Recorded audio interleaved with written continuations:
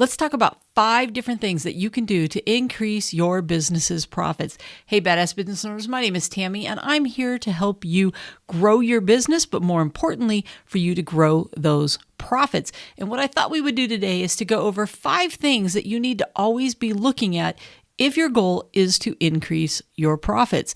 Now, the first one is actually going to be something that you've probably heard a million times, and that is for you to look at your costs. Look at your cost of goods and look at your expenses. You need to dive into your P&L. You need to see where your money is going. And if there's something that you're spending money on that you shouldn't be spending money on, you need to try to reduce it.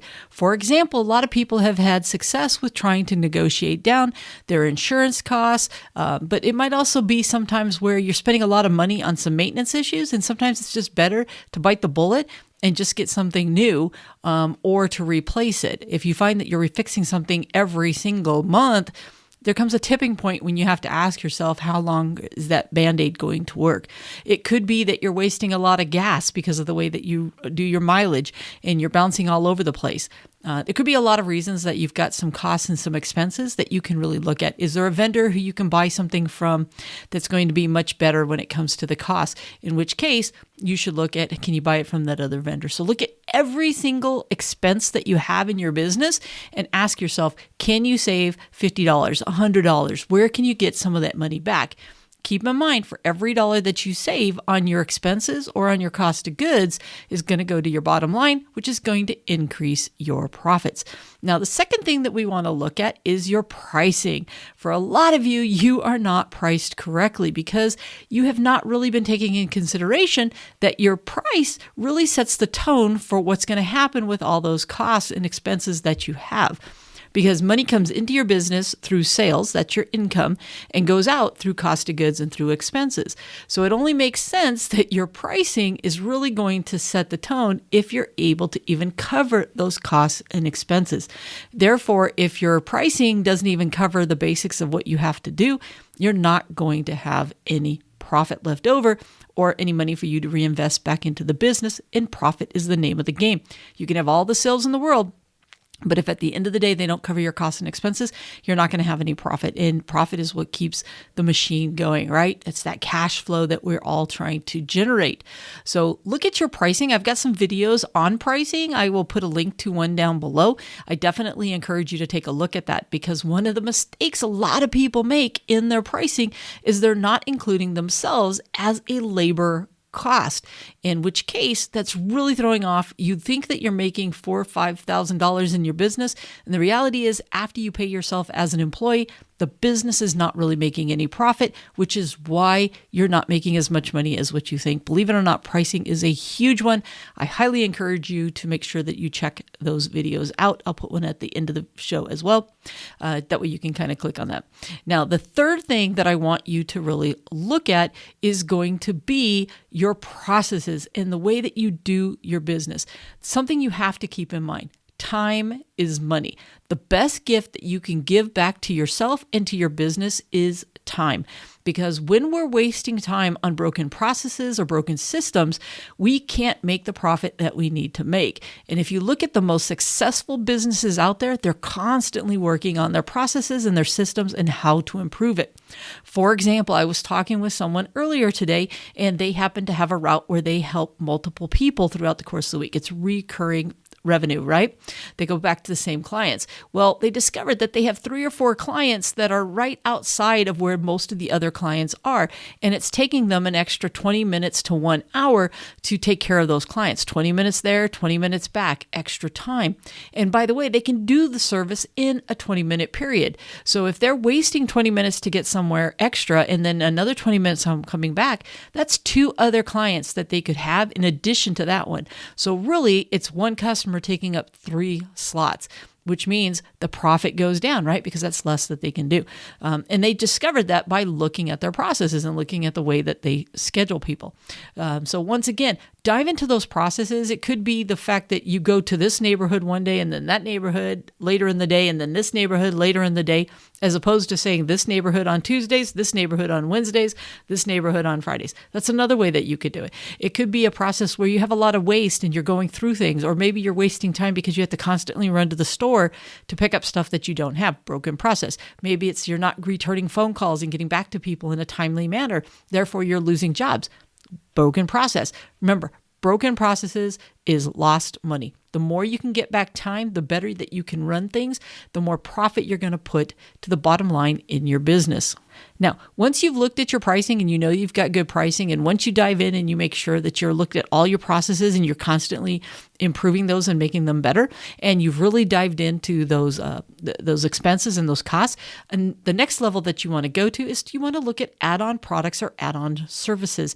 These are things that you can do while you're doing the other job that you're doing. So for example, if you're a pool person, why don't you see if there's other services that you can offer while you're there? You might go, Tammy, what could possibly be something I could add? Now, go with me here. This is going to be a really stretch.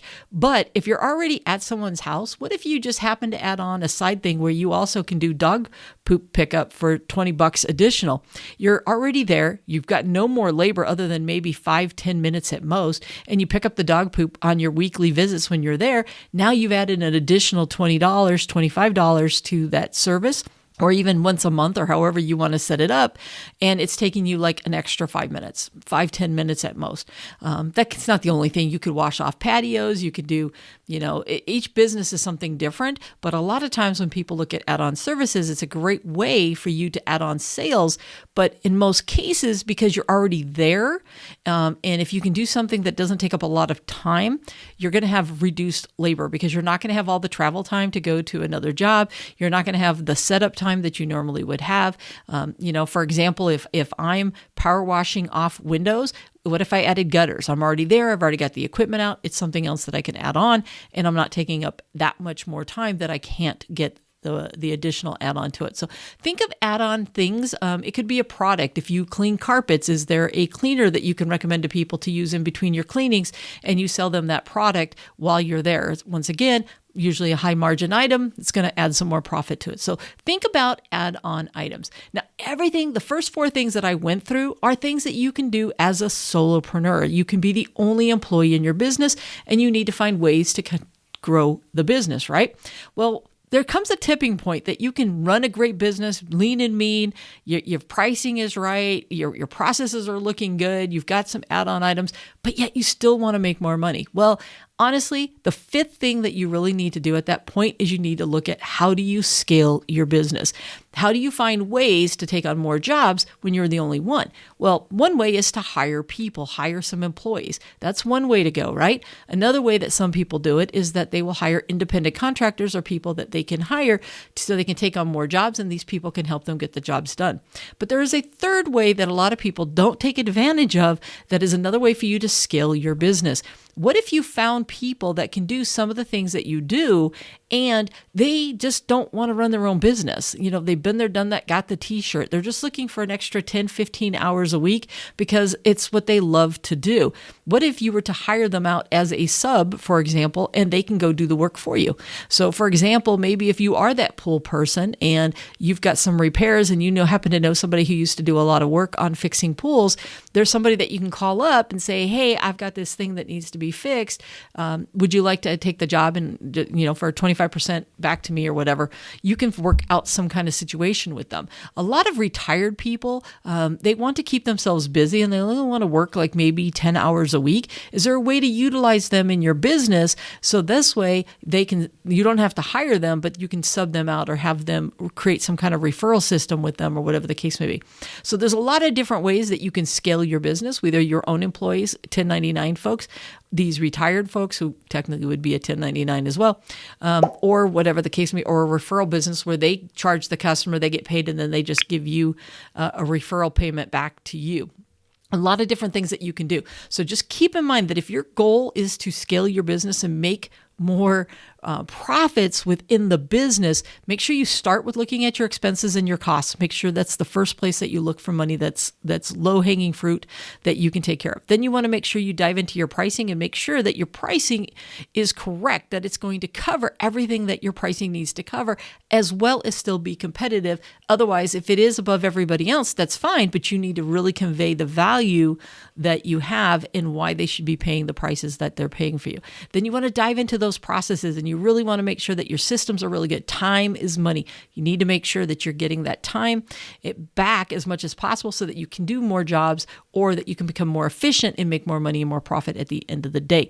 The fourth thing that we talked about is the fact that you can look at those add-on items, and is there something else that you can add on to create more profit as well? And finally, scaling the business in a couple of different ways. So hopefully you'll find any of these 5 things will be very helpful in you to help you grow your business, but more importantly, grow those profits. And like I said, dive into your pricing. I'm going to put a video over here that I want you to check out, and make sure you understand those business numbers in your P&L. I'll put that over there as well.